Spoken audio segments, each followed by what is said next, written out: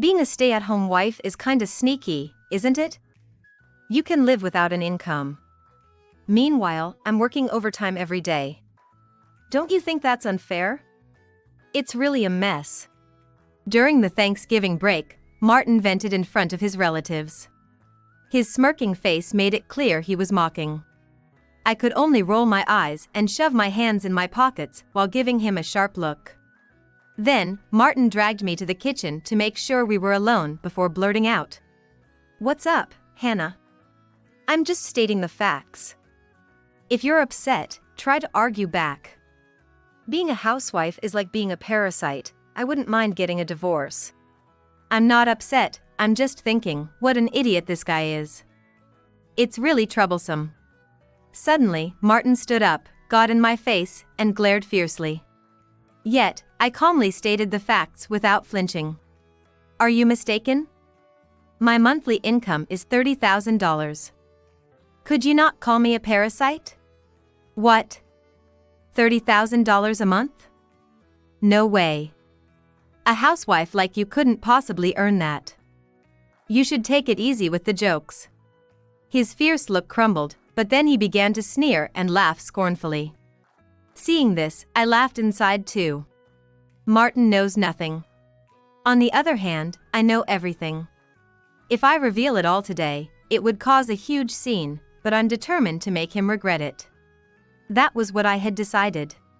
"What's going on?" I heard loud voices all the way to the living room. Was there a problem?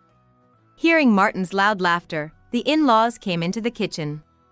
Both looked worriedly at us. "Sorry, Dad, Mom. It's nothing. Hannah just said something funny, so I laughed." Martin quickly replied with a fresh smile, hiding his sarcasm. His ability to change his demeanor so quickly was truly his forte. He deceived those around him. Once again, the in-laws simply took Martin at his word. "Oh, that's good. You two seem to get along well." I'm relieved. "It seems there's no problem then." The in-laws sent a satisfied look at Martin. Since his childhood, Martin was a top student and now works at a major corporation. He seems to be highly regarded at the company, apparently the most promising of his peers. The in-laws often speak proudly of him. Relatives who have known Martin since he was a child also hold him in high regard. None of them could suspect the dark nature he hides. Martin himself is well aware of his position. And he continued to act superior in front of me. "That's right." Suddenly remembering something, the mother-in-law clapped her hands excitedly. "How's your work going, Hannah?" "Yes, thanks to you. It's a relief having such competent colleagues." "That's great. You're really doing well, managing both housework and your job. Truly. The young folks today are incredible. I could never manage that." I nodded slightly in response to the in-laws' praise. The only one clueless here is Martin, left out of the loop. With a blank expression, he alternated his gaze between the in-laws and me. He unable to ask due to his pride. Well, for my too proud husband, I guess I'll have to be the one to enlighten him. First, to deliver the initial blow to Martin. "I haven't had a chance to tell you because you've been so busy, but I've started a business with a friend." "What? Started a business? What are you talking about? You can't possibly manage a business. It must just be a housewife's hobby, right?" As expected, my prideful husband wouldn't accept it. He thinks working at a big corporation is the only way and would never acknowledge starting a business. But my next words should shake his calm. I will effortlessly cut through my husband's fragile pride. "Well, the profit was about $100,000 last month. From that, I'm taking a salary of $30,000. Martin twitched at the mention of $100,000 and lost his words. His eyes widened, and he fell silent, so I decided to explain kindly. "I started the business about a year ago, and it's been on track for the last 6 months. I've been creating various videos, mainly on YouTube. Maybe you've seen them too." When I mentioned my videos, Martin suddenly changed his expression and exclaimed in surprise. Apparently, he had seen the videos I made. You made those? I've seen that video. Oh, have you? Thanks. Thanks to that, it's been viewed by many people, and ad revenue is coming in. Well, you might still think it's just a housewife's hobby. Of course, this was a heavy dose of sarcasm. $30,000 far surpasses Martin's income. No matter how elite he is or how well he does in a big corporation, surpassing me is nearly impossible. As I thought, Martin gritted his teeth and glared at me with frustration. Wow, $30,000? That's a substantial amount. I'm impressed. Unlike my overly proud husband, the in-laws praised me wholeheartedly. I forgot my anger and couldn't help but smile. It's not easy to genuinely acknowledge and praise someone's effort. Suddenly, the in-laws noticed Martin's bitter expression. What's wrong, Martin? That look on your face, didn't you know about Hannah's job? No way. You're married, after all. You knew, right? Confronted by the in-laws, Martin stepped back slightly. On closer inspection, his forehead was glistening with sweat. Still, he forced a smile, shallow and thin on his lips. Well, no, of course I knew. How could I not? We're married, after all. Right. You've been told by Hannah, haven't you? I think so. He was probably scrambling for an excuse in his head. Martin's gaze wandered nervously from left to right. I've been really busy with work this past year, Hannah, and I haven't had time to listen to you. I've hardly been home at all. Right, Hannah? Yes, indeed. You haven't really come home much this past year. I'm aware it's been tough for you. The in-laws nodded along, which seemed to please Martin. Then, he fixed me with a stern gaze as if hammering down a nail. I knew what that look meant. He was silently pressuring me to play along. He believes if he asserts himself strongly enough, others will listen, and everything will go his way. But today, I'm not the same person I used to be. I'm not frightened by Martin, nor will I comply with his demands. I deftly deflected his gaze and matched it with a smile of my own. Now, the real test begins. I took a moment to strengthen the impact of my words and then dropped the bombshell. However, it wasn't just because he was busy with work. It was because he was having an affair. Martin was too busy meeting his mistress to come home. When he did come home, he would sneakily interact with his mistress on his smartphone. Martin's face froze. His flimsy smile disappeared, and his mouth tightened. The in-laws couldn't immediately comprehend my words and seemed frozen. I tried to talk to Martin about the business many times. But he was too busy with his affair and hardly came home. Even when he did, he just played with his smartphone, never making eye contact or even attempting to converse. The idea of infidelity doesn't even exist in the sophisticated mind of the mother-in-law. She believes her son is excellent and unrelated to such things. She looked back and forth between Martin and me, trying desperately to grasp the situation. What do you mean by an affair, Martin? Martin, is it true? Did you betray Hannah? No, that can't be. Martin shouted in denial. But his eyes lacked focus, and cold sweat dripped from his forehead. His state was telling, it was clear that he was guilty. As I watched my flustered husband, my mind became sharper. I decided to play my cards most effectively.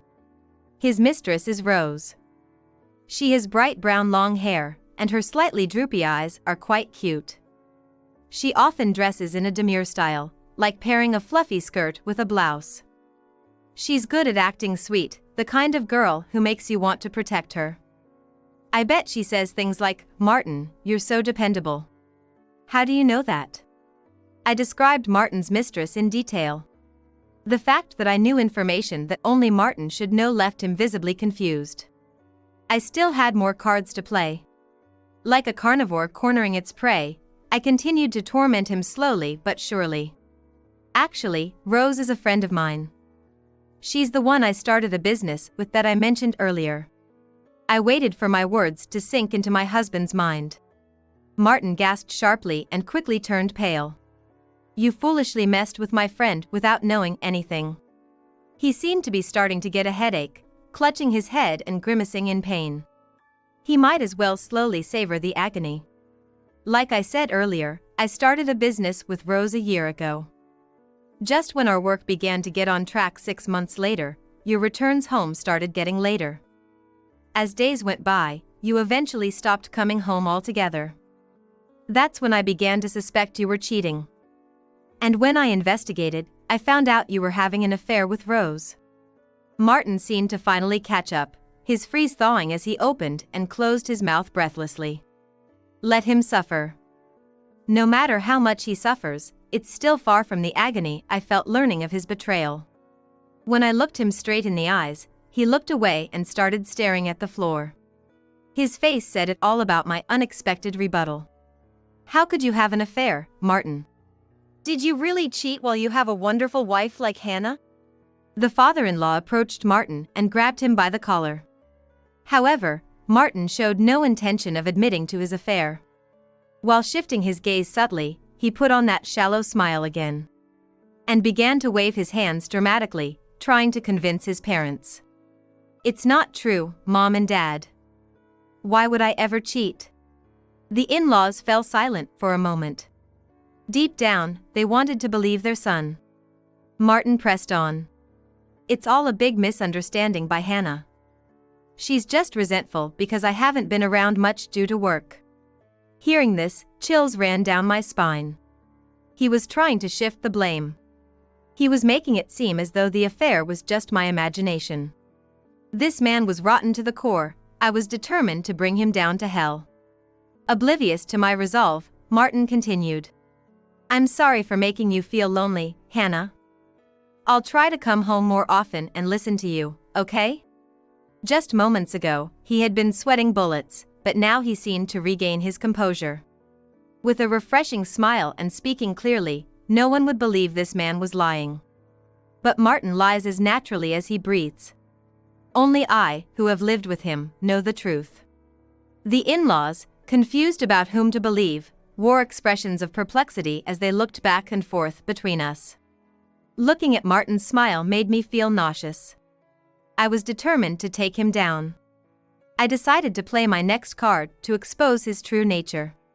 Typical Martin, the elite employee with top-notch acting skills, huh? What are you talking about, Hannah? Acting? You better stop that nonsense, or even I might lose my temper. The one who needs to stop is you. It's laughable. Desperately trying to play the good husband. What did you say? Martin tried to say something, but I started talking first. I realized you were cheating because I discovered your two-faced nature. You act like a good husband in public, but at home, you're completely different.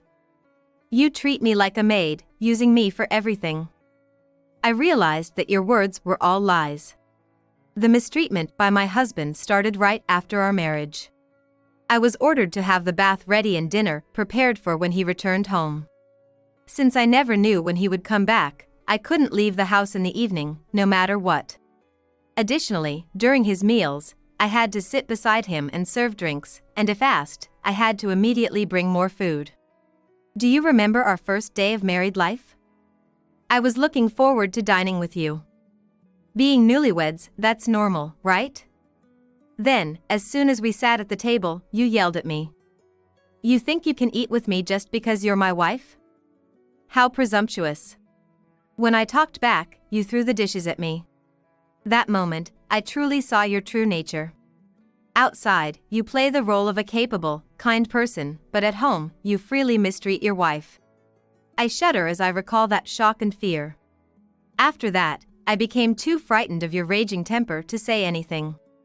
Taking my silence as consent, your mistreatment escalated. I couldn't see your true nature. Well, you hid it so well that no one would notice. If I had known you were such a terrible person, I would never have married you. Martin's face twisted grotesquely. It hurt his pride to be exposed in front of others. Stop it, stop it. Don't spread lies. I never mistreated you. But you did. You made me do everything while you did nothing. I was like a maid. And you said every day that housewives are parasites. If you're going to claim that, you must have some evidence, right? If it's just words, anyone can say anything. Show me the evidence. Martin's anger and desperation only increased my disdain. Does he still think I'm just a helpless housewife? Today's me is not the same as before. He must realize this, yet he is foolish. If that's how it's going to be, I'll show the evidence. The best evidence. But it would be a waste to only let Martin and the in-laws hear it. Since we're here, I might as well let everyone listen. I left the kitchen and approached the table where the relatives were chatting. While they were all paying attention, I silently placed a small electronic device on the table. Can you still say that after hearing this? Without waiting for the in-laws or Martin to react, I pressed the play button on the electronic device. Just like parasites, housewives are the same. I wouldn't mind getting a divorce. The voice of my husband berating me earlier in the kitchen is playing back. Yes, that device is a voice recorder. The voice that filled the kitchen was Martin's, not his usual charming tone but a spiteful, sneering one. Needless to say, the relatives were bewildered. I had been carrying a voice recorder ever since I noticed his affair to catch any evidence of cheating. Today, when Martin complained in front of the relatives, "Isn't it sneaky being a housewife?" I glared at him while slipping my hand into my pocket. That was when I pressed the record button on the voice recorder in my pocket.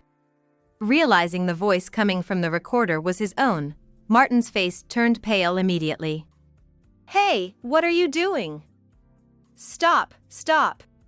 In a panic, Martin rushed to the voice recorder, trying to stop the playback. However, I was quicker to grab the voice recorder. Other evidence of his mistreatment began to play. "Hey Hannah, is this dog food? Are you trying to feed me this disgusting stuff? You're just a parasite housewife, at least try to cook decently. Is the bath ready yet? How useless can you be?" Once again, Martin's spiteful voice filled the room. There was no trace of his usual charming demeanor in his mean-spirited tone. You could also hear a crash. The sound of dishes breaking, thrown by him at me. The relatives began to murmur upon hearing this. "Martin said that? That's terrible language. This is verbal abuse, isn't it?" The way the relatives looked at Martin turned cold.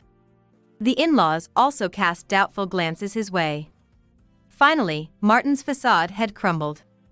Having lost the perfect exterior he had always maintained, he stood there, looking utterly soulless. He realized everything was exposed. No more excuses came from Martin. I decided it was time to deliver the final blow. "Everyone, this is the real Martin. Take a good look." What I pulled from the envelope I had prepared was a large number of photos proving his infidelity. Photos of him holding hands with another woman in the streets, getting cozy in a car, and wrapping his arm around Rose as they entered a hotel. Since I found out about Martin's affair, I had been gathering evidence. I knew he's eloquent and would talk his way out if it wasn't solid. Confronted with these photos, making excuses would be impossible. His infidelity was now undeniable. Now, Martin was being shunned by the relatives as if he were a pathogen. Are you still going to try to talk your way out of this? Even you can't manage that, surely? Overwhelmed by the sheer amount of photographic evidence and my determination, Martin was at a loss for words. He crumpled to his knees, collapsing onto the floor. "Here's the divorce papers. I've filled out my part, so you just need to sign yours." "What?" It seemed he hadn't anticipated that I would initiate the divorce, and he let out a foolish sound. But I had more to say. "The divorce is due to your unilateral affair, so I'll be requesting a significant amount in alimony, which you will pay." "Divorce? Alimony? You must be joking." "I can't stand to live in the same house with you anymore, it's disgusting. I'm going back to my parents' house right now." Finally, I could say the word divorce. I had rehearsed this moment in my mind countless times. I have no regrets anymore. As I declared and turned my back to leave Martin, that's when it happened. "Stop joking around!" With a loud shout, Martin lunged at me. Turning back to look at him, it was clear he was enraged, his eyes filled with dark, furious emotions. Throwing away his facade of a nice guy, Martin started his full-blown retaliation. "Just shut up and listen. How dare you, a mere housewife, you parasite? Is being a stay-at-home wife really that bad?" I had desperately kept the house in order and supported him, allowing him to work comfortably outside. Moreover, I even earn more than him. But nothing I say would probably get through to him. He thinks he's the best, never caring about hurting others around him. Martin tried to grab my hair, but the relatives intervened before he could. "Martin! Stop it now. That's right. You're the one in the wrong. Apologize to Hannah." The in-laws also desperately tried to stop Martin from attacking me. Finally, his hands let go of me. Yet even when restrained, his hands kept reaching out for me, moving like a zombie from a horror movie. "What about the ad revenue, huh? A parasite stay-at-home wife." Your way of thinking is wrong. Hannah has supported you as your wife, hasn't she? Your ability to perform well at work is all thanks to Hannah. Besides, Hannah works too. Calling someone a parasite is just not something you should say. She's managing both her job and the household, which is commendable. You should be apologizing to her. Despite the parents' disappointment in discovering the son they believed was kind and excellent had betrayed them, they didn't touch upon that and instead insisted he apologize to me. However, remorse isn't a word in my proud husband's dictionary. Now, he turned his counterattack towards his parents and the relatives. "What? Even you mom and dad are taking Hannah's side? Don't you care about your son anymore?" With his face twisted in anger and glaring at everyone around him, Martin looked like a wild animal. He had lost his human heart, only capable of attacking and hurting those around him. That's how desperately he was trying to protect his pride. It just goes to show everyone here is beneath me. All you low-level people should just lick each other's wounds. Like the sky before a storm, dark emotions clouded Martin's face. His infidelity exposed, his true nature laid bare. He can only maintain his pride by looking down on others. "I work for a major corporation, I'm an elite. I'm the first to get promoted and highly regarded at work. You ordinary people wouldn't understand." With a vile smirk on his face. Martin indeed excelled in his job. But life is about much more than just professional success. It's about valuing the people around you and sharing rich moments together. What value is there in a life filled with pride but alone? Martin's character is despicable, hurting not just the in-laws but everyone around him. As a person, he belongs to the lowest category. With this evidence, Martin is gradually losing the people around him. But in his desperation to protect himself, he fails to see it. "Martin, that's enough. I never wanted you to become an elite. I just wanted you to live honestly as a good person. I must have taken a wrong turn somewhere. Just because you're capable doesn't mean you have the right to hurt others." His parents said slowly, choosing their words carefully. I glanced quietly at my in-laws. They had sad, hurt eyes. Even seeing them like this, Martin didn't change. "Shut up. I'll cut ties with you all. I don't need your low standards rubbing off on me. I'm divorcing Hannah and I'll remarry Rose." He yelled, then stormed out of the house. The door slammed shut, leaving silence behind. The mother-in-law, quietly holding back sobs, began to cry. Tears streamed down her cheeks as the father-in-law gently embraced her. "Why did our son turn out like this? We never had a son. Let's live as though it's true from now on. This is awful. We must have gone wrong somewhere in how we raised him, never acknowledging his mistakes and just hurting others." It was hard for me to see my in-laws wrapped in such sorrow. If I hadn't exposed him, they never would have seen Martin's true nature. I regret having hurt such kind people. They turned to me with sad faces. Hannah, we're sorry. In the end, he didn't apologize, did he? We're so sorry for the hurt caused. We will make sure he takes responsibility. I quickly stopped them as they apologized, looking remorseful. Please, lift your heads, Dad, Mom. You did nothing wrong. The responsibility lies with Martin, an adult.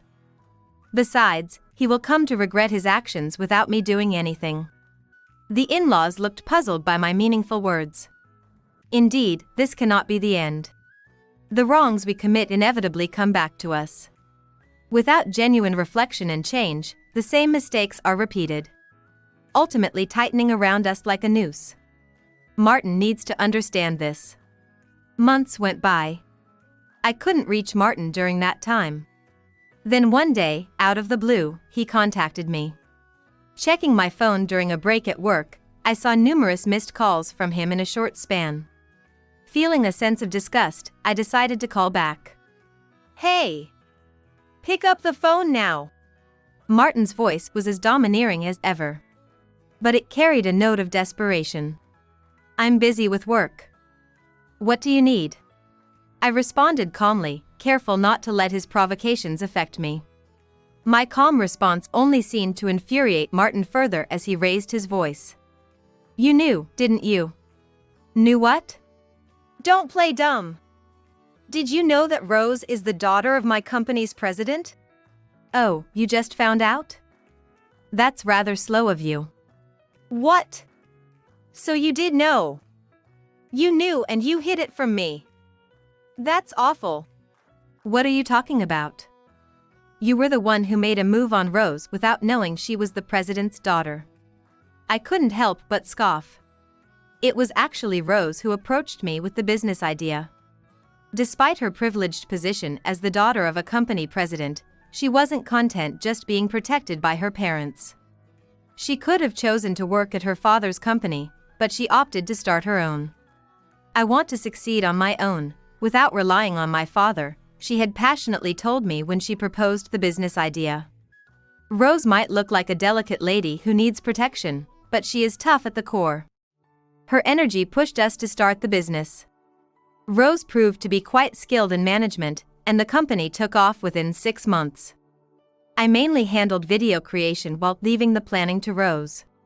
She grew up watching her father's work as a company president, and that experience has paid off. Ultimately, her monthly income has reached $30,000. If you had listened to me even a little, I would have told you.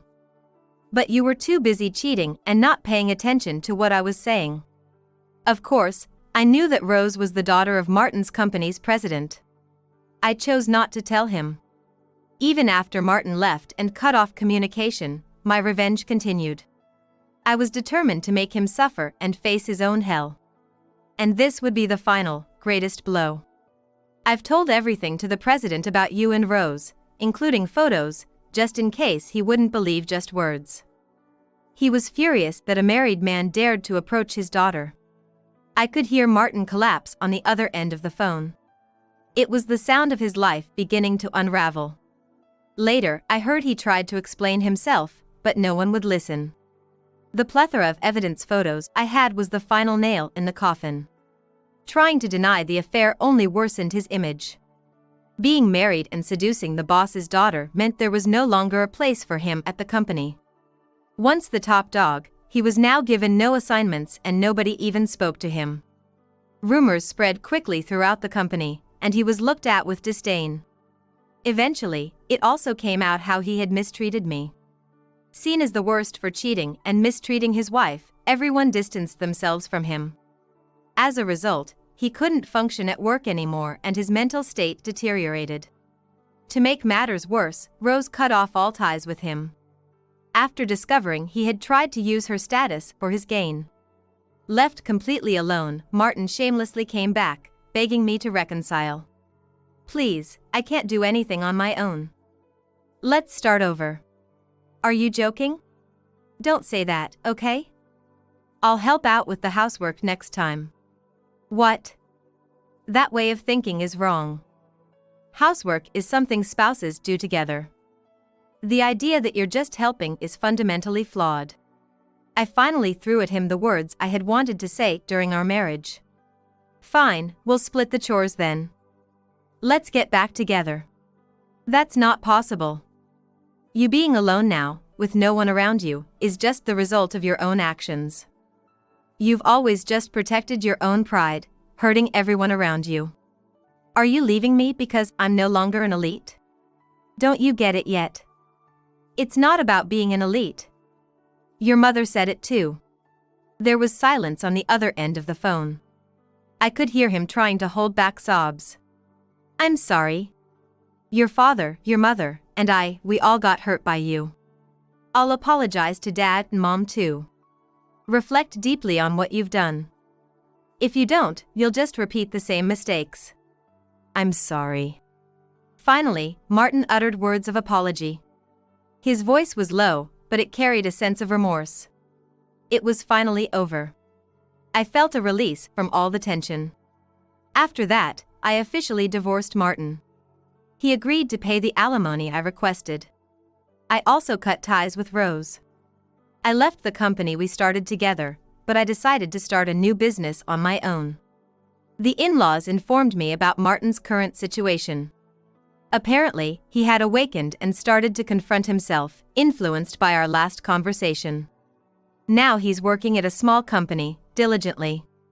Given his serious nature and high capabilities, he seems to be slowly making progress. Sometimes I think if we had faced each other sooner, maybe there could have been a different future. I was too afraid of his violent outbursts to express my true feelings. If I had communicated my thoughts back then, I wouldn't have lived in fear, avoiding confrontation with him. But life is still long. Both of us learned something from this divorce. It wasn't all for nothing. From now on, I want to be a bit stronger and carve out my own path in life. Jason, I think my water broke. Can you take me to the hospital? That's gross. Just have the baby somehow. Jason was carrying a big bag, heading towards the front door. I'm heading on a trip now. Just have it somehow. I was in disbelief. What does he mean by have it somehow? I can't even get to the hospital like this. At least call a cab. No way. That's a hassle. Can't you have it without causing trouble for others? The door slammed shut, and there I was, left alone in the room, holding my belly. I was sweating badly, yet the room felt suddenly cold. Would a husband really go on a trip leaving his wife about to have a baby? I never imagined this when I got pregnant. I never thought I'd ever face something like that. This grudge will stay with me for life. My feelings towards my husband grew increasingly intense. We've been married for a year. I got pregnant with our long-awaited baby. I'm Linda, a 24-year-old office worker. I married Jason, my college classmate, right after graduation. For Jason, college was local, but my hometown was far, only reachable by plane. I thought about going back home to work, but we couldn't bear to be apart, so we got married.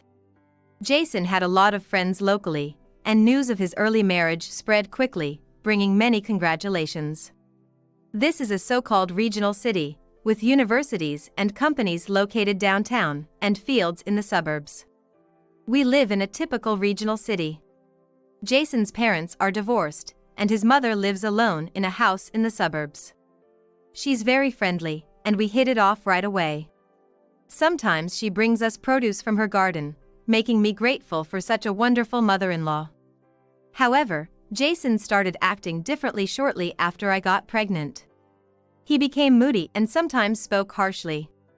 His overtime and business trips increased, leaving him less time at home. In the early pregnancy, Jason, even not knowing the baby's gender, wanted baby clothes, furniture, and toys for older ages. I smiled at his excitement, happy to share the joy of our baby's arrival. Especially on Wednesdays, he seemed to work late. He'd come home unusually energetic, usually cooking dinner. I didn't know Jason liked cooking so much. I lived with my mom for a long time. I have many specialties. But actually, Jason's cooking was often too rich or oily for my changed taste during pregnancy. You don't need to cook when you're tired. Let me do this much. Sorry, but I can't eat much these days. It'd be a waste if I couldn't eat what you made. I tried to refuse gently, but he slapped me. I couldn't believe what was happening. You're saying you can't eat my food? I didn't mean it like that. My body's just different because of the pregnancy. Always the pregnancy excuse. There are pregnant women at my work who still work and eat normally.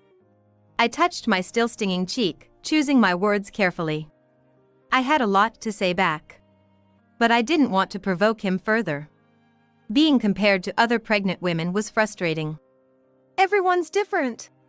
You keep buying spices and ingredients for cooking and wasting them.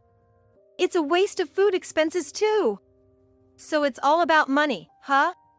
You're such a stingy woman. Jason clicked his tongue, taking all the food back to his room. I was left with unspoken words swirling in my head, and I hardly slept that night. After that, Jason stopped cooking and started eating out more often on his late nights. He wouldn't tell me and would come home after eating, leaving me with extra food I prepared for him, and demanding more money for dining out, straining our finances even more. I decided to take maternity leave a bit early. It was my first pregnancy and I was full of anxiety, and my health was worse than expected, making it impossible for me to work. Even when I decided to take maternity leave, Jason was full of sarcasm. Aren't you just being lazy? That's not it. I really feel unwell. Plus, I haven't stopped doing the housework. Housework is just like odd jobs. It doesn't even make a penny. It seemed like in Jason's view, I just lazed around all day. Despite his opposition, I somehow managed to start my maternity leave. I thought I could relax at home, but with hospital visits, managing my health, and more demanding housework, my days were tougher than ever. One evening, I got a call from my senior, Ashley. She was a year ahead of me in college and worked at the same company as Jason. She was a leader during our student days, almost like a sister to me. How are you? Is the pregnancy going well? Hey, Ashley, aren't you working late today? No, it's my day off. But today's Wednesday, right? Jason always seems busy on Wednesdays and comes home late. That's odd. Our company has a no overtime policy on Wednesdays. We're practically kicked out if we try to work. Ashley's words confused me. Then what was Jason doing every Wednesday coming home late? She seemed to sense my bewilderment. I'll keep an eye on Jason's work situation from now on, she offered to help. That same night, Jason came home late again and went straight to the bathroom without saying anything. His phone was lying face down on the table. I was wiping the table and accidentally dropped his phone. Oh no, I hope it didn't get scratched, I thought, picking it up. The message screen was left open. I only saw it for a second, but there were messages with red heart emojis. He never used such emojis in our messages. A suspicion flickered in my mind. Could it be an affair? As I stood frozen, Jason came out of the bathroom saying, "Shoot, I forgot something." He was half-dressed. Seeing me with his phone, he exploded in anger. What the heck? Why are you snooping through my phone? It's not like that. I accidentally dropped it. I was just checking for damages. How stupid can you be? I always tell you to do the housework properly.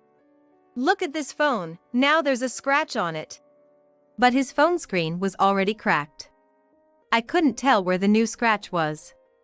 Supporting you seems like such a loss. You can't even do housework properly, and now you're trying to break my phone. It was an accident. Your backtalk is also annoying. Jason grabbed his phone angrily and returned to the bathroom. His forgotten item was apparently the phone. Taking a phone to the bathroom. With a sense of unease, my suspicion of infidelity grew. As my due date approached, Jason's mother said she would visit. She mentioned bringing seasonal vegetables from her garden. She was concerned about bothering me during this important time, but I was eager to hear her advice on childbirth and welcomed her. I cleaned the house from top to bottom that morning and even put on makeup, ready to welcome her.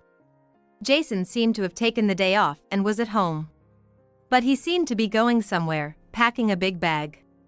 Are you going somewhere today? Your mom is coming soon. What? I didn't hear about that. I told you. But what about that bag? I stopped mid-sentence as a terrible pain hit my belly. A shocking sensation coursing through me. I felt something special happening to my body. Soon, a warm fluid began to trickle down my legs. Jason, I think my water broke. Can you take me to the hospital? Water broke? What's that, like peeing yourself? No, it's not that. The baby's trying to come out. That's nasty. Just have the baby yourself. Jason picked up a large bag and headed towards the front door. I'm going on a trip now. Just have it. In this situation, I can't even get to the hospital. Can you at least call a cab? No way. That's a hassle. Can't you have it without bothering anyone? As he said this, Jason called a taxi using his phone. It seemed he was actually calling one. The taxi will be here soon. I felt relieved. Despite everything, there was still some kindness left in him. But as soon as Jason saw the taxi arrive in front of the apartment, he left alone. The floor around me was already soaked. Can you at least help me walk? I'll try my best. What? You're coming too? That taxi is for me to go to the airport. Don't be so clingy. I was speechless with shock. Jason left without a second glance, getting into the taxi. I felt utterly abandoned. My phone was in another room. As I attempted to crawl there, someone knocked on the door. It was my mother-in-law. She saw my condition and immediately took me to the hospital in her car. Amidst the overwhelming pain, we somehow made it to the hospital. From there, everything was a blur of activity, leaving me no room to think. When I came to, a newborn baby was in my arms, making soft, indistinct sounds. It's over, I sighed with relief. The baby, unaware of the chaos before its birth, was experiencing its first breaths of air. Fortunately, the baby was healthy and full of energy. As I rested in the hospital room, my mother-in-law came with some food. Why were you alone at home? Didn't Jason say he was taking the day off? Well, just before you were supposed to arrive, he left for a trip. A trip? Leaving his wife in her final month of pregnancy? That's unbelievable. When my water broke, Jason didn't do anything. He just said to have the baby myself and left. My usually gentle mother-in-law was furious, a look I had never seen before. He said that. That's unbelievable. However, the fact that Jason wasn't home when she arrived and the water-soaked floor was undeniable. My mother-in-law had to accept the truth. The next day, my parents arrived from our hometown. I explained the situation to them. I also contacted Ashley, who was hesitant to visit so soon after the birth, but upon hearing I had something important to say, she made time to come. Actually, when my water broke, Jason just left for a trip. What do you mean? I don't know. He never mentioned any trip plans before, and it was all sudden on the day. I asked him to at least call a taxi, but he took it himself to go to the airport. Ashley was furious upon hearing what happened. Then my mother-in-law arrived for a visit, trying to keep the mood light. Linda, I hate to say this in front of your mother-in-law, but you should divorce him right away. I can't stop you. But doing it right now might be difficult. I feel awkward saying this in front of you. With that preamble, Ashley began to speak. Jason might be cheating. There's a woman named Emma in his department he's close to. Those two have taken leave together until tomorrow. Isn't that just speculation? Actually, I saw them walking hand in hand in the downtown area. And there's more evidence I can't reveal here, but it's significant. So, was Jason really having an affair? Was this trip with his mistress? No matter how much I doubted, after giving birth, I had no free time at all. Catching bits of sleep was all I could manage. When I muttered this, both my mother-in-law and Ashley's eyes sparkled. "We'll help you," they said in unison. I didn't want to stay in that house anymore. "I'll help with anything," they both offered, and I shared my thoughts. That's easy. Use my spare room. You can also stay at my place. Gratefully accepting their offer, I decided to live with my mother-in-law for a while after the birth. They even offered to move my clothes and baby items to my mother-in-law's house. I felt bad, but I could hardly move out of bed. Even going to the bathroom alone was a struggle. I gladly accepted their kindness.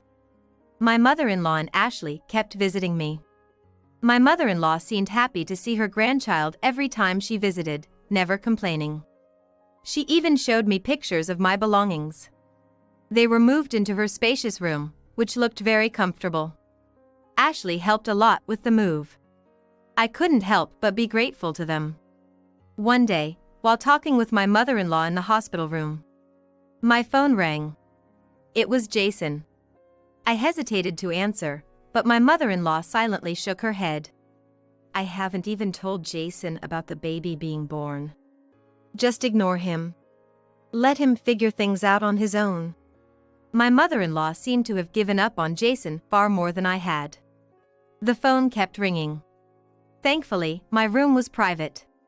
I reluctantly answered in speaker mode. "I'm in the hospital room. I can't talk for long. I just got back from the trip. Why are all our things gone? I've decided to live separately from you. Did you enjoy your trip? Never mind that. Did the baby get born?" "The baby was born safely." Jason's loud voice came through the phone. "Why didn't you contact me right away? Don't mess with me, I'm the father. I don't recognize you as a father after you left for a trip while I was in labor and being rough. Don't be stupid. Who do you think provides for you?" My mother-in-law frowned beside me. Ignoring Jason's loud voice, I calmly retorted. "What are you doing at work, Jason? Having an affair?" "That's not true." His voice became low. "Someone said they saw you walking downtown with a woman named Emma. Did you go on the trip with her?" There was a sharp intake of breath from the other end. Jason's momentum seemed to falter. Still, he said this in a bluffing voice. "Don't talk nonsense. Don't forget that you ignored me." "Oh, I have to go. It's feeding time." I abruptly ended the call. My mother-in-law apologized to me. "I can't believe Jason talks like that. I'm so sorry, Linda. It's my fault for how I raised him. You're not to blame. The reason I divorced his father was because of his violence.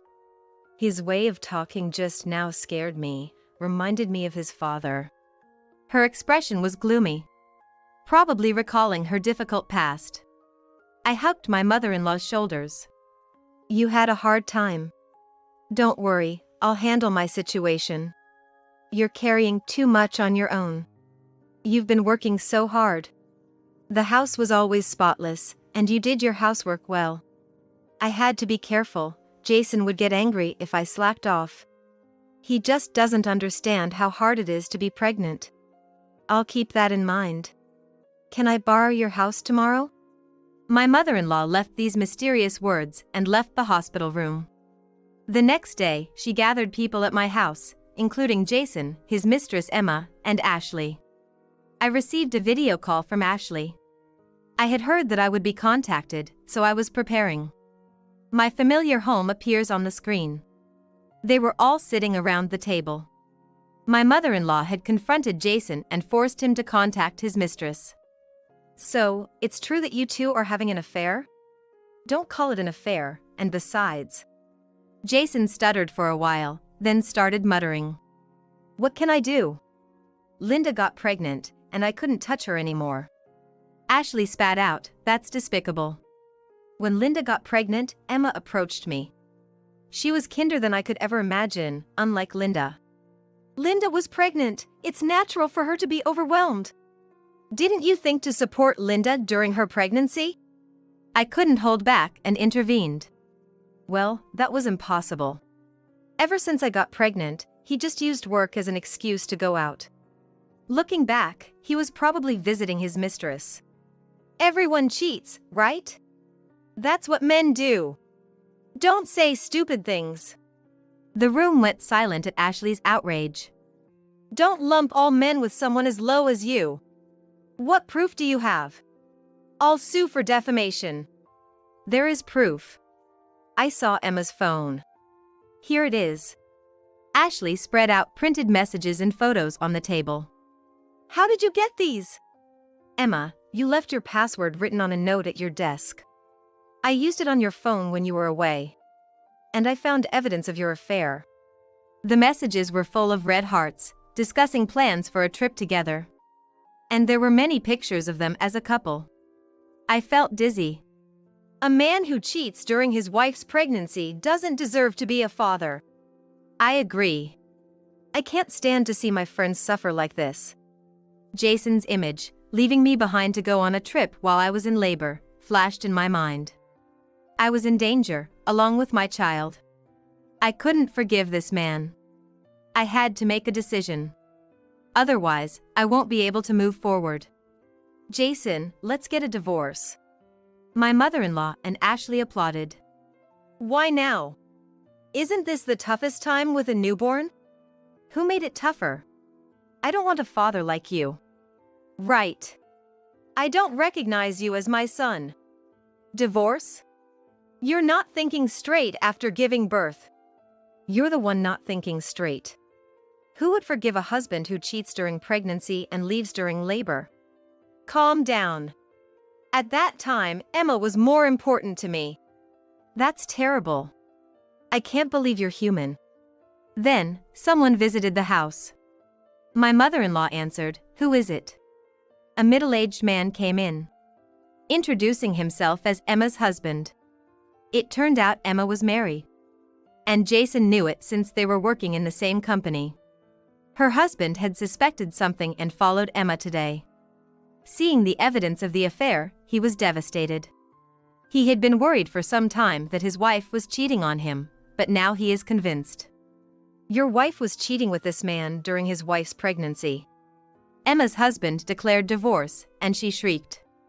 I can't. I'm pregnant too.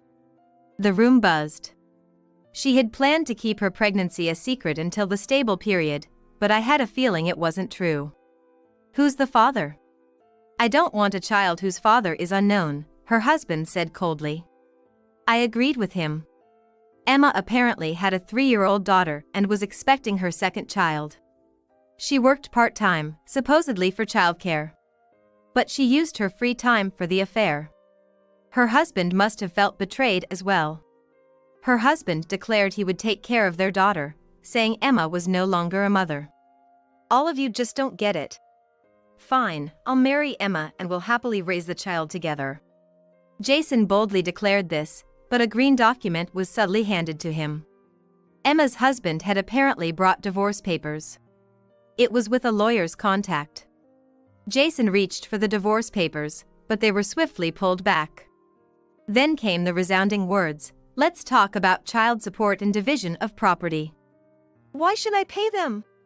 I'll need money for the baby that's coming. I need money too. You're planning to leave your child and go to another woman, right? I'll definitely claim them. My mother-in-law nodded in agreement. Jason slammed his fist on the table. It's all your fault for getting pregnant. I still wanted to have fun. How can you say that? Have you ever thought about the baby? Tears welled up in my eyes. But my mother-in-law's words brought me back to reality. Don't just say things that suit you. Clean up your own mess. Come on, Mom, help me out here. I refuse. Didn't I say you're not my son anymore?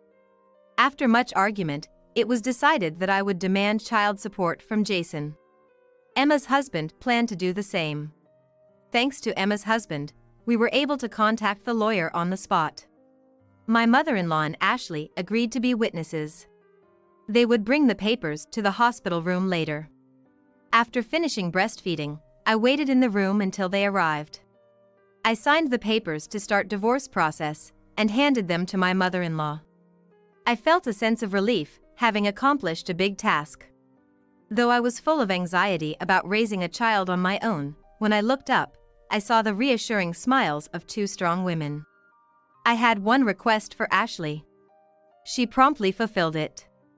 I asked her to spread the word about Jason's actions throughout the company. In this small city, where relationships among acquaintances are strong, strange rumors can be damaging. While I worked at a different company and wasn't originally from this area, rumors wouldn't affect me much. My mother-in-law promised to block any information that might come my way. The effect was immediate. Linda, I spread the rumor. Our company values integrity. If there are odd rumors, you can't work properly. Thank you. I'm sorry for asking you to do something so strange. That's okay, those two had poor performance anyway. Now, they won't get any important tasks, and nobody at the company talks to them anymore. They're also from this area, so their friends know about it too. They had many friends locally, but everyone distanced themselves. Losing both their jobs and friends, they had nothing to rely on. Emma's husband decided to live with the first child, and the child wouldn't warm up to her during visits. Jason and Emma left the company, but finding new jobs was difficult as they had acquaintances everywhere. Now, Jason had moved out of our shared apartment and was living in a small place with Emma. According to my mother-in-law, who heard from neighbors, they constantly argued. It seemed fine while they were dating, but living together was another story. Considering child support and the care for the upcoming baby, they couldn't easily separate. I decided to stay with my mother-in-law during my maternity leave. Taking care of my grandchild is wonderful. It reminds me of when I was raising kids, and it makes me feel young again. She happily took care of the baby. During my leave, I helped in her garden whenever I had free time. It wasn't an obligation, but being outside under the blue sky was a good change of pace. Though I ended up living in this area by chance, I was beginning to appreciate the beauty of living surrounded by nature. Now, I returned to work. After moving and getting accustomed to life in a new home with my child, I feel hopeful about starting anew. My mother-in-law assures me, "Come over anytime. I'll help you." Filled with hope for my new life, I'm ready to embrace the future. My name is Amy Miller. I'm a 32-year-old who has been married for 7 years. My husband is a kind and hardworking man, and we've had a trouble-free life together. I only took maternity leave and have continued working ever since. We're what you'd call a dual-income family. Even before we had a child, my husband Owen was involved in parenting, and after becoming a dad, he helped even more with daycare drop-offs and household chores. I always thought I was more blessed than most wives out there. Then our child turned 6 and was about to start elementary school. I began to notice something wrong with my husband's health. Why don't you go to the doctor? But he didn't go because he was too busy with work. By the time he was willing to go, he was diagnosed with end-stage renal failure and needed a kidney transplant. His strength declined gradually, and as he became unable to work, he was forced to retire, and he couldn't even take care of our child properly anymore. As a result, everything fell on my shoulders, and I was spinning with the busyness of work, house chores, childcare, and taking care of my husband. My husband would whisper "I'm sorry" in a weak voice, which was heartbreaking, and I pushed myself even harder. But no matter how hard I tried, the mind and body are separate, and my body started to scream in pain. That's when my mother-in-law brought up the idea of living together. It's too much for you to handle alone, isn't it? Indeed, I felt I was nearing my limit. My mother-in-law lost my father-in-law soon after we got married and has been living alone ever since. She must feel lonely, but she never complains, and whenever I visit her, she greets me with joy. I can't even begin to express my gratitude to my mother-in-law, who gets along with me so well, it's like we're friends. Tears flowed from the sheer difficulty of it all when she offered to move in. Living with my mother-in-law turned out to be a blessing beyond what I had imagined. While I was out working during the day, she would take care of the housework and the kids. My first grader daughter didn't feel lonely, thanks to her. Snacks were always homemade, and my mother-in-law would help her with her homework. She tended to my husband as well, encouraging him to do what he could on his own, but it seemed she often had to step in because he easily grew tired. When I got home, I would take over, but since I could do things faster than my husband could help, I often let him rest. Maybe that was my mistake, because gradually he stopped doing anything at all. I'm just feeling really sluggish. Unaware that it was just an excuse from my husband, I accepted it all, thinking he was ill. But it seemed like he believed that if he said so, he wouldn't have to do anything. As he did less and less, he began to look for distractions outside the home. While searching for a donor, my husband started going for dialysis 3 times a week. At first, during his 3 weekly hospital visits, he apparently went to the arcade and roamed around various places. He seemed apologetic each time, but he must have believed that my words, "That's great. You have enough energy to go to the arcade," meant that I was okay with him playing around. This way, he increasingly turned his attention outward, and before I knew it, he left everything to my mother-in-law and did as he pleased when he felt well. I can't blame him, he's sick after all. I kept telling myself. No matter how tough it got, even when I was too exhausted to move, I kept telling myself, I'm still okay, I can do this. Then one day, we got the call from the hospital, they had found a donor. And it turned out that the donor was me. Please, Amy! Give me your kidney! Upon learning that I could be a donor, my husband begged me on his knees. I was delighted at the thought of my beloved husband getting better. But if I stopped working, our family would quickly be in dire straits. There were risks involved with the kidney removal surgery, I was told by the doctors. Was it really okay for me to be the donor? But if it makes him well again? I'm his wife, after all. With that excuse, I went through with the surgery. My husband cried with joy, thinking he'd get better. No more dialysis after this. Once the surgery's over, I'll be back to my old self. Not a single word of thanks was there for me. The surgery was a success. After a few days in the hospital, I went back to work. However, I had naively underestimated the risks the doctor had mentioned. I thought it couldn't happen to me. But even before my husband was discharged, a growing fatigue began to assault my body. What's this? I couldn't afford to be anxious. Why is so much of my hair falling out? Every morning, clumps of hair would come out as I brushed. Fear began to consume me. By the time my husband was discharged, my fear had turned into something much greater, but I had no time to think about myself. You should help out with the housework as part of your rehabilitation, my mother-in-law would say, but Owen was as if carried by the wind, always out playing. Instead of helping, he would look at me and say, "What's that on your head? It's disgusting," mocking my thinning hair. And then one day, he threw his last words at me. I'm divorcing you, you sick bald woman. I'm starting a new life. I was stunned by his words. What do you mean? Just back from work and still in my clothes, I was so shocked I couldn't stand. What about your mother? That's right, I have to tell her about such important matters. What are you talking about? This is a matter between husband and wife. It's got nothing to do with Mom. But she's helped us so much. You might have been saved, but I don't care. Anyway, I'm divorcing you. Why all of a sudden? My head was spinning, I just needed my mother-in-law. I thought she could calmly analyze the situation. But as soon as I got home, she had gone out shopping. That's right, she said she was going out for dinner shopping. The moment I thought I had no one on my side, all the efforts I had made came crashing down. I have to solve this myself. I can't accept such an unreasonable proposal. It's not right for Violet if we get a divorce. I thought of our elementary school-aged daughter. But it seemed my husband wasn't thinking about that at all. Look, I've gotten this healthy, but look at you. That monstrous head of yours. It's unbearable to look at. But this happened because I gave you a kidney. So what?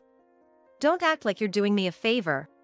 Sure, I asked for a kidney, but if I'd known you'd go bald, I would never have asked. How can you say that?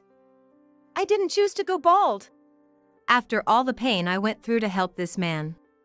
You've been thinking this the whole time since you got out of the hospital? Yeah, I have. It's been torture seeing you every day. To think of waking up next to a monster for the rest of my life. It's just disgusting. That's cruel, after I gave you my kidney. You're gonna say that? Sure, I asked for it, but who would have thought it would turn you into a monster? But still. Just sign the divorce papers, all right. Here, sign this. Sign. What Owen had carelessly tossed to me was a set of divorce papers. Moreover, they were already signed and stamped with his name. Once you sign this, we're strangers. That'll be a relief, won't it? But what about Violet? She's still in elementary school. Wouldn't she be sad if her parents got divorced? She'll forget about it soon enough. It's no big deal. Better a younger and prettier woman as a mother than a monster like you. What do you mean by that? I mean, once I'm divorced from you, I can find a new love. Then I can remarry a beautiful woman. Are you saying you've been cheating? Why would you think that? You think I'd have time to cheat while I was sick? Sure, normally one wouldn't have the time to cheat. But looking back, it seemed he spent too much time away from the family. But nothing. Don't accuse me of things that aren't true. You're a monster who's jealous for no reason. How much more disgusting can you get? Just sign the divorce papers already. Wait, you can't just spring this on me. It's not sudden. Since I got sick, I've really thought about it. It's a waste of time to stay with an old wife like you. I've always hated how you made me feel indebted. I decided in my heart that I'd divorce you once I got well. Once you got well? Is that why you asked me for a kidney? I didn't necessarily need your kidney. Any would have done, but it just so happened that yours was available. It's only sensible to use what's usable. With such a cavalier attitude. I've taken on so many risks because of this. So what? You were informed about the risks at the hospital, weren't you? You decided to go through with it anyway, didn't you? I didn't force you. Yeah, but if I'm gone, who's going to work and take care of this house? Don't worry, you don't need to think about that. I'm healthy now. I can work and provide for the family. Even when you keep saying every day how sluggish and feverish you feel? You're going to work like that? Yeah, I'll be fine. I'm sure I'll be back to my full strength soon. Then I can find a job again and start supporting the family. So you're that healthy now? But you haven't done anything yourself. You let Mom and me do everything. That's because you wanted to do it all. You always said you could do it faster yourself. It's true, but it was Owen who was content to let it be that way. So, once you sign that, you can get out. Get out? Why? Obviously. Once you sign it, you're a stranger to me. It'd be weird for a stranger to live in my family home. It's only natural that you're the one to leave. But what about Violet? You can't just tell me to leave all of a sudden. I have nowhere to go. What are you talking about? It's obvious Violet stays here. I can't leave my child with a woman who doesn't even have a place to live. So, it was all planned out. Owen had me donate a kidney just so he could kick me out once he started feeling better. I was just conveniently used. I was completely dejected and unable to think when my mother-in-law walked into the room. I'm home. Oh, what's wrong? Looking for rescue in the face of my returned mother-in-law, I saw a young woman standing next to her. Hey! Why are you in the house? I told you to wait outside. Well, I couldn't help it. Your mom told me to come in. You have to listen to your future mother-in-law, right? Future mother-in-law? Idiot. Don't say weird things. Mom, why did you even let her in the house? Well, when I came back from shopping, this girl was standing outside. When I asked what she wanted, she said she knew you. So naturally, I told her to come in. What's wrong with that? Isn't that what you'd expect? Indeed, that's expected. If someone is said to be acquainted with my husband, they would be let in. But this woman, who's said to be an acquaintance. What kind of acquaintance is she? Weren't you just an acquaintance? That is. Well, more than an acquaintance, I'm his girlfriend. And soon, I'll be family to your mother-in-law. Eh? What is this girl talking about? That is. Come on, Owen, say it clearly. That I'm your girlfriend and we're promised to marry. You've been cheating. But you just said you didn't have time for that? That's why. Why did you come into the house just because you were invited? Well, I wanted to see the bald-headed monster for myself. Owen said his wife's head has become so bald, she looks like a monster or a goblin. It's disgusting to think of being with that for the rest of his life. How could you say such a thing? No, Mom, it's not like that. So, since you're getting divorced and she's leaving this house, I won't get to see such a monster again. I was curious to see how much of a monster she is. And then, what a pity, she's wearing a wig. So, my husband and his mistress have been laughing at me? Are you saying you've been cheating? And that's why you want to divorce Amy? That's a divorce paper there, isn't it? No, that is. Amy, do you agree with this? Mom. I was just suddenly told about it. So, I'm in a panic right now. I don't understand what's happening. After all the devoted care she's given you while you were sick. What have you been doing? And he's telling me, after we get divorced, I have to leave this house. But I have nowhere to go. I can't give up Violet. Of course. Why would I let a child go to such a terrible man who can do things like this? But Mom, if you give Amy the child, I won't be able to see Violet anymore? I'm saying I'll take Violet for your sake. My mother-in-law was silent for a while, but when she spoke, it was something unexpected. Amy, sign the divorce papers. Mom. I thought, so I'm just the daughter-in-law after all. But then my mother-in-law said something completely different. If you sign the divorce papers, it's you who's leaving. Why should I leave? Whose house is this? That's Mom's. So that means I decide who lives in this house, doesn't it? I want to live with Amy. I don't want to live with a young woman who goes after someone else's husband. What's with this old lady? And about Violet. There's no way a woman who spews such nastiness can take care of a child. Besides, you're unemployed. An unemployed person with no fixed address can't raise a child. So, it should be Amy who takes custody of the child. That's absurd, Mom. What's the problem? You've been using your illness as an excuse not to do anything around the house.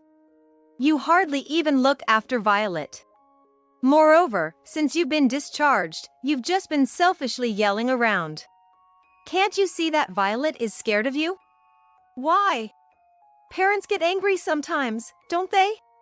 You're just shouting for no reason. Of course the child is frightened. That's not what being a parent is about. You're the one who has to leave. Mom, you're not on my side? I'm on the side of what's right. You're wrong. You betrayed a dedicated wife like Amy. How could I possibly be on your side? Damn it. Fine then. Owen grabbed the signed divorce papers and left with the woman. After they left, my mother-in-law kneeled down and apologized to me. I'm so sorry. I never knew he would do such a stupid thing. He didn't understand at all how much you struggled to take care of him. I can't ask for forgiveness, but please. You've done nothing wrong. Please lift your face. I'm sorry. It's my fault for raising him wrong.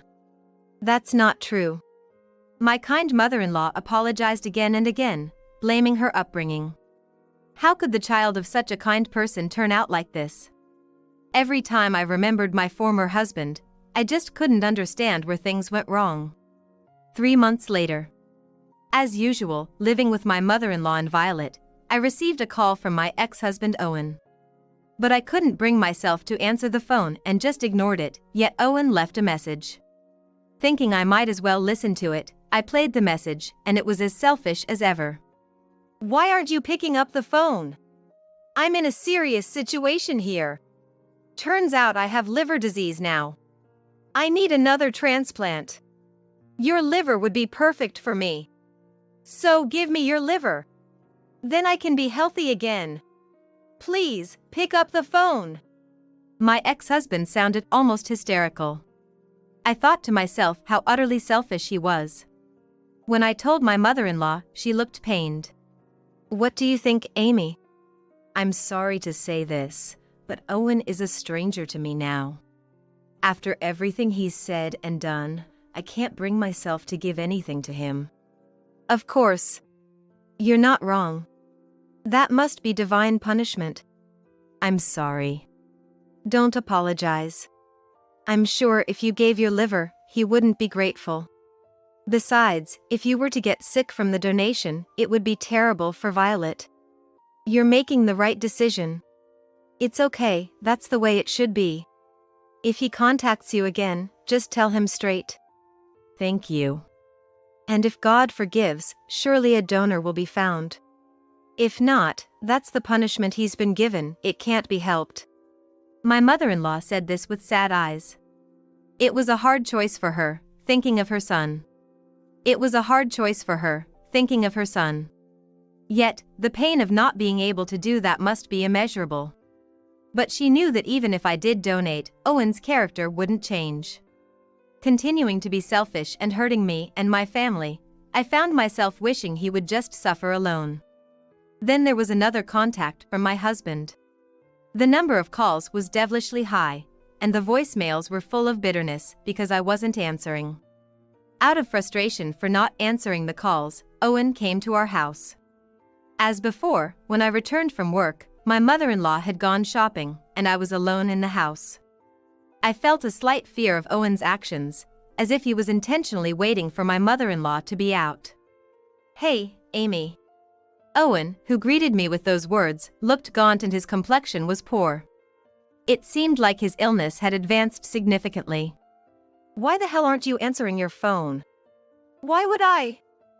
I don't want to talk to you. But I left you a message. I heard it. Then why didn't you respond?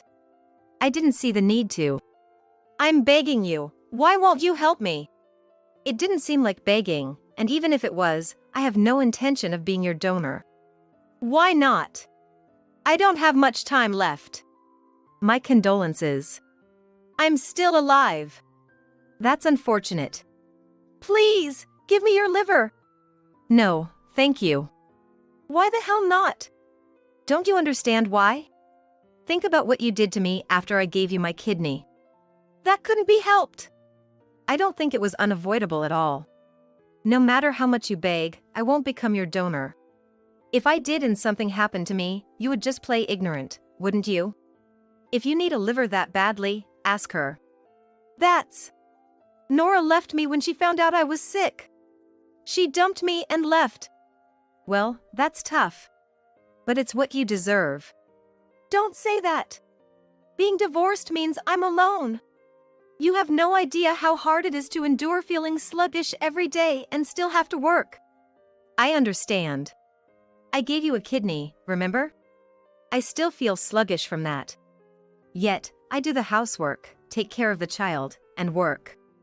I think I have it harder than you. Then, I'll remarry you. I'll overlook your baldness. Marry me, give me your liver, and I'll work this time.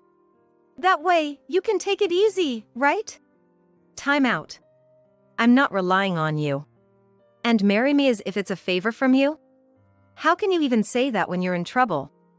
I won't give you my liver. Don't come back. Don't be like that. If you keep this up, I'll call the police, got it? Hearing the word police, Owen fled like he was running away. I thought that would be the last of it, but Owen had more outrageous plans. That happened a few days later.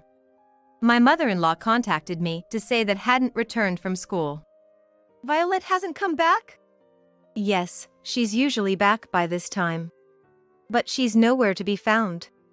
I've looked everywhere. For a moment, Owen's face flashed through my mind. But surely he wouldn't take his own child. I dismissed the thought, but then Owen called. If you want Violet back, give me your liver. What? Owen? Yes, that's right. You must be worried about Violet, right? Give me your liver, and I'll bring her back. Violet must be the most important thing to you. How could you kidnap a child? I've only taken my own child. This isn't kidnapping. Unfortunately for you, we're divorced, and I have custody. A stranger taking a child is definitely kidnapping. I'm calling the police. You're prepared for that, right? Why does it end up like this? I just want your liver. I never thought of kidnapping. It's too late. If you had given me your liver, I wouldn't have had to do this. It's your fault, isn't it? Don't blame others for everything. You cheated and abandoned your family, and when you got sick, you expect help. And when things don't go your way, you kidnap your child. That's unforgivable. Why are you getting so angry? It's your fault. Enough.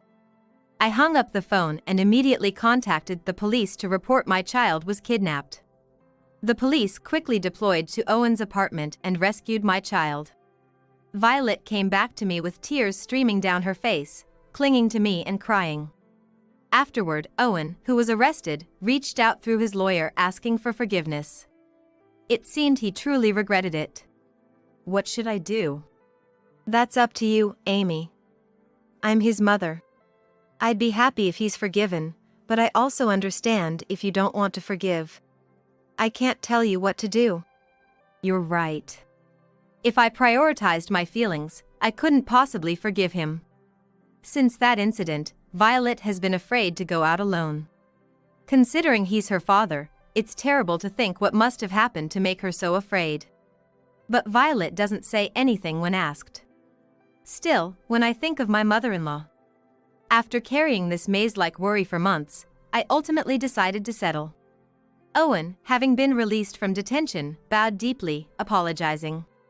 And then he started asking to remarry. I said selfish things about remarrying. I regret it. But in the police cell, I realized what I really need is Amy. Amy needs me too, right? Without me, it just won't do. So, if we remarry, I'm the best choice, right? Then you can take care of me again. I have no intention of remarrying. Why not? I care so much about you. While asking to remarry, his words betrayed that it wasn't really about remarriage.